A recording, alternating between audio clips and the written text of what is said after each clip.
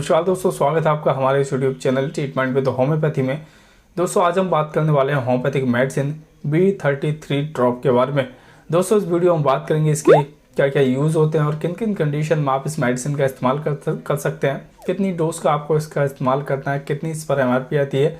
इस मेडिसिन से जुड़ी हर जानकारी के बारे में आज हम बात करने वाले हैं। तो दोस्तों जुड़ रहिएगा वीडियो के लास्ट तक। बताना चाहूँगा अभी तक आपने मेरे चैनल को सब्सक्राइब नहीं किया है तो सबसे पहले सब्सक्राइब कर लें और बेल आइकन को प्रेस कर लें ताकि चैनल से जुड़ी हर नोटिफिकेशन पहुंचे आप तक सबसे पहले। आइए दोस्तों शुरुआत करते हैं। दोस्तों जो B33 ड्रॉप होती है देखने में कुछ इस प्रकार की होती है। अगर बात करें इसके साइज़ के बारे में तो 30 ml के साइज़ में मार्केट में मिल जाती है और जो इस पर MRP आती है वो 150 रुपये आती है। और जो इसको मैन्युफैक्चरिंग करने वाली कंपनी है तो होम्योपैथी में एक कंपनी आती है बैक्सन, जिसके द्वारा इसकी मैन्युफैक्चरिंग की जाती है। दोस्तों बात करते हैं इसके यूजेस के बारे में, किन किन कंडीशन में आप इस मेडिसिन का इस्तेमाल कर सकते हैं। तो दोस्तों जो B33 ड्रॉप होती है खांसी की बहुत ज़्यादा अच्छी मेडिसिन है। अगर किसी को खांसी लंबे समय से है या किसी को हाल फिलहाल में खांसी हुई है, खांसी चाहे किसी को ड्राई कफ है या वेट कफ है, किसी को सूखी खांसी है या फिर बलगम वाली खांसी है, तो दोनों ही प्रकार की खांसी को इस मेडिसिन की सहायता से ठीक कर सकते हैं। या किसी को सफोकेटिव कफ है या किसी को स्पास्मोडिक कफ है तो उसको भी ठीक कर सकते हैं। स्पास्मोडिक कफ मतलब अगर सीना उसमें जकड़ सा जाता है, ऐसा लगता है कि सीने पे बलगम जमा हुआ है। सफोकेटिव कफ का मतलब होता है अगर किसी को ठंडी हवा लग गई हो, उसके वजह से अगर सफोकेशन हो गया हो तो ऐसी खांसी को भी इस मेडिसिन की सहायता से ठीक कर सकते हैं। अगर बात करें इसका अगले यूज के बारे में तो दोस्तों अगर किसी को भी रेस्पिरेटरी ट्रैक इन्फेक्शन हो जाए, जो हमारा रेस्पिरेटरी सिस्टम होता है वहाँ अगर किसी का जैसे किसी बैक्टीरिया का संक्रमण हो जाए तो उसको भी इस मेडिसिन की सहायता से ठीक कर सकते हैं। जैसे अगर किसी को ब्रोंकाइटिस हो जाए, ब्रोंकाइटिस क्या होता है इसके लिए मैं एक वीडियो ऑलरेडी बना चुका हूँ। तो ब्रोंकाइटिस में जो हमारे ब्रोंकाई होती है वहाँ पे इन्फ्लामेशन हो जाती है, जिसकी वजह से पेशेंट को लगातार खांसी रहती है, लगातार कंटिन्यूस कफ रहती है। पेशेंट को अगर एक बार खांसी हो जाए तो वह घंटों खांसता ही रहता है। इस प्रकार की खांसी को इस मेडिसिन की सहायता से ठीक कर सकते हैं। या किसी को जो स्मोकर्स होते हैं, स्मोकर कफ को भी इस मेडिसिन की सहायता से ठीक कर सकते हैं। जो लोग धूम्रपान वगैरह करते हैं तो उनको भी खांसी अधिकतर रहती है, तो ऐसी खांसी को भी इस मेडिसिन की सहायता से ठीक किया जा सकता है। दोस्तों जो इसका अगला यूज होता है होपिंग कफ। दोस्तों अगर किसी को होपिंग कफ की परेशानी है, होपिंग कफ क्या होता है दोस्तों, जनरली बच्चों में होने वाली खांसी है जिसको आप भाषा में काली खांसी या कुत्ता खांसी कहते हैं। ये बहुत ही ज़्यादा कॉन्टेजियस होती है, एक से दूसरे को भी हो जाती है, तो ऐसी खांसी को भी इस मेडिसिन की सहायता से ठीक कर सकते हैं। अगर बात करें इसके अगले यूजेस के बारे में तो दोस्तों अगर किसी को लैरिंजाइटिस की प्रॉब्लम है, लैरिंजाइटिस क्या होता है इसके लिए मैं एक वीडियो ऑलरेडी बना चुका हूँ। चाहो तो आप वो वीडियो जाकर देख सकते हैं, उसका जो लिंक है मैं डिस्क्रिप्शन में दे दूंगा, वहाँ से जाकर आप वो वीडियो से देख सकते हैं।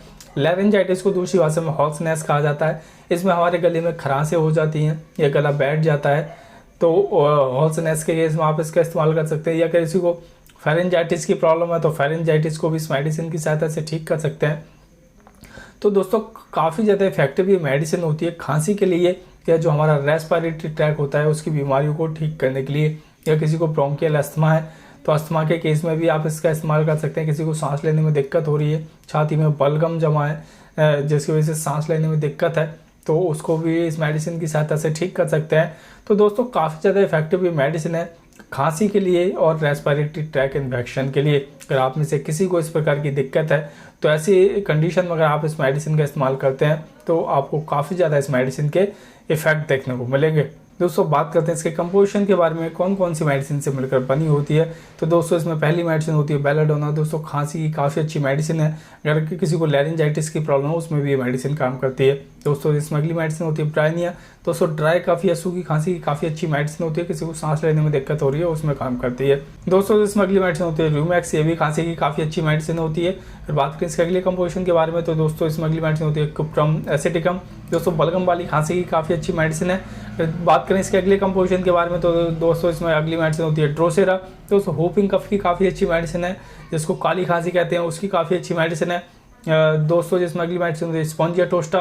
दोस्तों स्पॉन्जिया टोस्टा जो मेडिसिन होती है, अगर किसी को खांसी के साथ खड़खड़ की आवाज़ ज़्यादा आ रही है, सांस छोड़ते समय अगर किसी को खांसी ज़्यादा हो रही है, रात में सोते समय अगर किसी को खांसी हो रही है, उसमें काफ़ी ज़्यादा इफेक्टिव मेडिसिन होती है स्पॉन्जिया टोस्टा। अगर बात करें इसके अगले कंपोजिशन के बारे में तो दोस्तों इसमें अगली मेडिसिन होती है पीकॉक। दोस्तों अगर किसी को खांसते खांसते उल्टी हो जाए या जो बच्चों में होने वाली खांसी है उसमें काफ़ी ज़्यादा इफेक्टिव होती है, या किसी को निमोनिया की परेशानी हो उसमें काम करती है। अगर बात करें इसके अगले कंपोजिशन के बारे में तो दोस्तों इसमें अगली मेडिसिन होती है स्क्विलिया। दोस्तों स्क्विलिया मेडिसिन होती है भी खांसी की काफ़ी अच्छी मेडिसिन है। और दोस्तों इसमें अगली और लास्ट मेडिसिन होती है थाइमस।